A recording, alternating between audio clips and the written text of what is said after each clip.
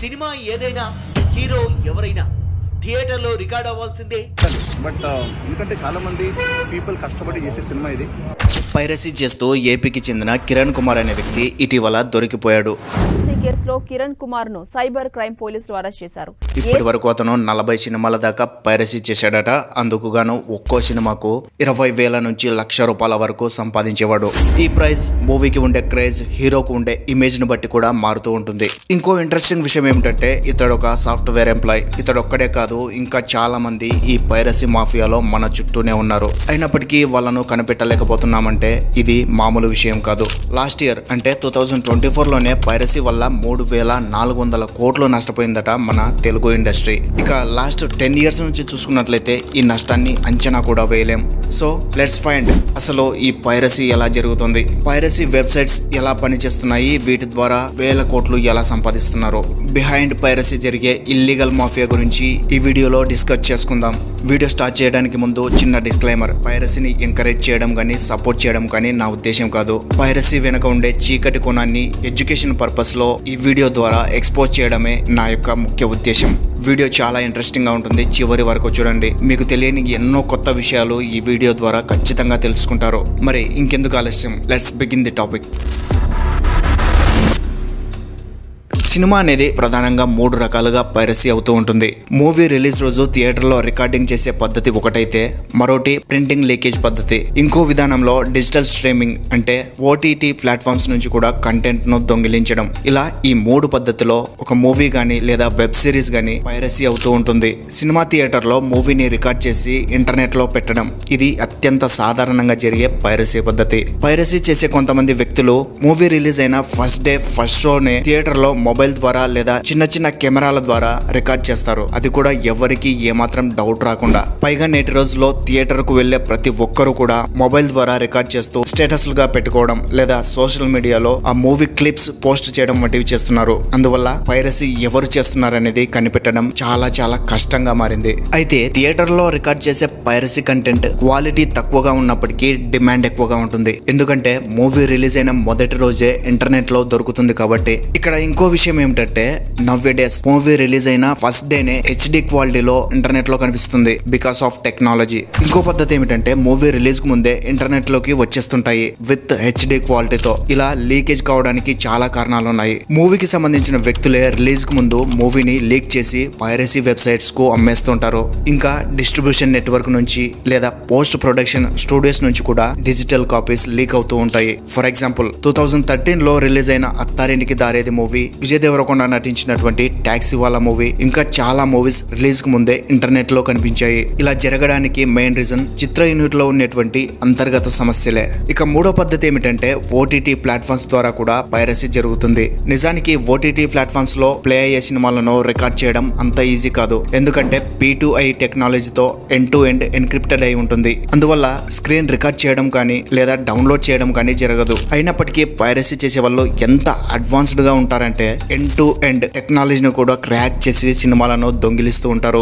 ఇలా పైరసీ అనేది ఈ 3 విధాలుగా జరుగుతుంది. అసలు పైరసీ వెబ్సైట్స్ ఎలా పనిచేస్తాయి, గవర్నమెంట్ సర్వర్స్ కూడా దొరకకుండా అవి ఎలా తప్పించుకుంటున్నాయి? నిజానికి పైరసీ అనేది ఒకరిద్దరు చేసే పని కాదు. దీని వెనుక చాలా పెద్ద నెట్వర్క్ ఉంటుంది. అందరికీ తెలిసిన Tamil rockers, movie rules, iBomma లాంటి వెబ్సైట్స్ అఫీషియల్ గా పైరసీ కంటెంట్ అందిస్తున్నప్పటికీ వాటిని బ్యాన్ చేయలేకపోతున్నారంటే వీటి వెనుక ఎంత పెద్ద నెట్వర్క్ ఉంటుందో అర్థం చేసుకోవచ్చు. ఈ వెబ్సైట్లను బ్యాన్ చేయాలని చూస్తే రిలీజ్ కు ముందే మూవీని లీక్ చేస్తామంటూ ఏకంగా ప్రొడ్యూసర్స్ ని బెదిరించిన సందర్భాలు చాలా ఉన్నాయి. యాక్చువల్ గా ఈ వెబ్సైట్లను రన్ చేసే వ్యవస్థ చాలా పటిష్టంగా ఉంటుంది. వరల్డ్ వైడ్ గా ఈ వెబ్సైట్లను రన్ చేసే ఆర్గనైజేషన్స్ బ్రాంచీలుగా డివైడ్ అయి పనిచేస్తూ ఉంటాయి. వీటిని రన్ చేసేందుకు మోస్ట్ అడ్వాన్స్డ్ టెక్నీషియన్స్ పనిచేస్తూ ఉంటారు. అయితే ఈ ఆర్గనైజేషన్స్ ఎక్కడి నుంచి పనిచేస్తున్నాయి, ఎవరు వీటిని రన్ చేస్తున్నారు అనేది తెలుసుకోవడం అంత ఈజీ కాదు. ఎందుకంటే వీటి సర్వర్స్ క్షణక్షణం మారుతూ ఉంటాయి. ఫర్ ఎగ్జాంపుల్ మూవీ రూల్స్ అనే వెబ్సైట్ యుఎస్ నుంచి ఆపరేట్ అవుతుందని కనిపెట్టిన నెక్స్ట్ మినిట్ లోపే యూకే లో చూపిస్తుంది, ఆ నెక్స్ట్ మినిట్ ఆఫ్రికాలో చూపిస్తుంది. ఇలా వాటి సర్వర్స్ క్షణక్షణం మారుతూ ఉంటాయి. అందువల్లే గవర్నమెంట్స్ కూడా వీటిని ఫైండ్ అవుట్ చేయలేకపోతున్నాయి. ఇంకో విషయం ఏమిటంటే పైరసీ మాఫియాతో సినీ ఇండస్ట్రీలో ఉండే కొందరికి ఇల్లీగల్ కనెక్షన్స్ ఉంటాయి. ఇది నేను చెప్తోంది కాదు, చాలా సందర్భాల్లో చాలా నివేదికలు ఈ విషయాన్ని వెల్లడించాయి. అందుకే పైరసీ వెబ్సైట్లను ఆపరేట్ చేసే వ్యక్తులను పట్టుకోవడం దాదాపు అసాధ్యంగా మారింది. ఇంకో విషయం ఏమిటంటే పైరసీ వెబ్సైట్ల ద్వారా సినీ ఇండస్ట్రీకే కాదు మనలాంటి సామాన్యులకు కూడా పెను ప్రమాదం పొంచి ఉంది. ఎందుకంటే ఈ వెబ్సైట్లను ఓపెన్ చేసే వారి మొబైల్స్, కంప్యూటర్స్ ఎక్కువగా హ్యాక్ అవుతున్నట్లు కొన్ని నివేదికలు వెల్లడించాయి. మనకు తెలియకుండానే మన పర్సనల్ డీటెయిల్స్ అలాగే బ్యాంకింగ్ డీటెయిల్స్ పైరసీ మాఫియా చేతుల్లోకి వెళ్ళిపోతుంది. వాళ్ళు మన డేటాను ప్రత్యర్థి దేశాలకు అమ్మి వేల కోట్లు సంపాదిస్తున్నారు. ఇంకో షాకింగ్ విషయం ఏమిటంటే పైరసీ ద్వారా వచ్చే చాలా డబ్బు ఉగ్రవాద సంస్థలకు సరఫరా అవుతోందట. ఈ బ్లాక్ మనీ అంతా కూడా క్రిప్టో కరెన్సీ లేదా హవాలా ద్వారా ఉగ్రవాద కార్యకలాపాలకు చేరుతున్నట్లు IMPPA అంటే Indian motion picture producers association గతంలోనే సెంట్రల్ గవర్నమెంట్ కు ఒక లేఖ రాసింది. దీన్ని బట్టి అర్థం చేసుకోవచ్చు పైరసీ వెనుక ఎంత పెద్ద మాఫియా రన్ అవుతుందనే విషయం. పైరసీ వెబ్సైట్స్ కు మేజర్ గా యాడ్స్ నుంచి చాలా డబ్బు వస్తుంది. మనం ఏదైనా పైరసీ వెబ్సైట్ ను ఓపెన్ చేసినప్పుడు popup ads, banner ads, porn ads, betting ads ఇలా చాలా కనిపిస్తూ ఉంటాయి. వీటిని మనం క్లిక్ చేసినప్పుడు యాడ్ రెవెన్యూ జనరేట్ అవుతుంది. అలా పైరసీ వెబ్సైట్ రోజుకు లక్షల్లో ఆదాయం వస్తుంది. ఒక్క పైరసీ వెబ్సైట్ నెలకు $50,000 నుంచి $1,00,000 వరకు సంపాదిస్తుందట. అంటే మన కరెన్సీలో 85 లక్షలు. ఇది జస్ట్ ఒక్క నెలలోనే, అది కూడా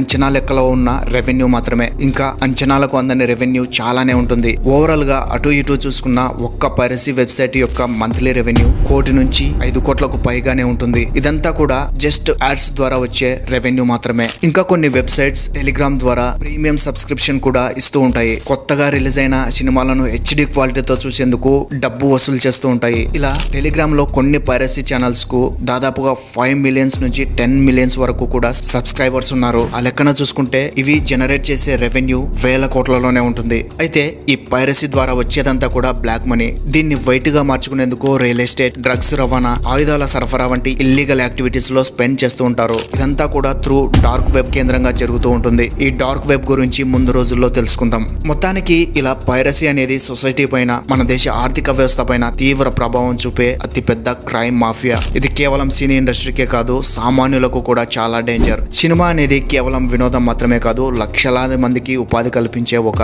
వ్యవస్థ. దీనిపై వేల కోట్ల పెట్టుబడి, వందల మంది కృషి ఆధారపడి ఉంటుంది. అందుకే పైరసీని అంతం చేయడం చాలా అంటే చాలా ముఖ్యం. దానికోసం ప్రతి ఒక్కరి సపోర్ట్ అవసరం. అందుకోసం మనమంతా కూడా కృషి చేద్దాం. Don't encourage piracy. సినిమా తయారు కావడానికి ఎంతో కష్టపడితే కానీ ఒక సినిమా తయారు కాదు.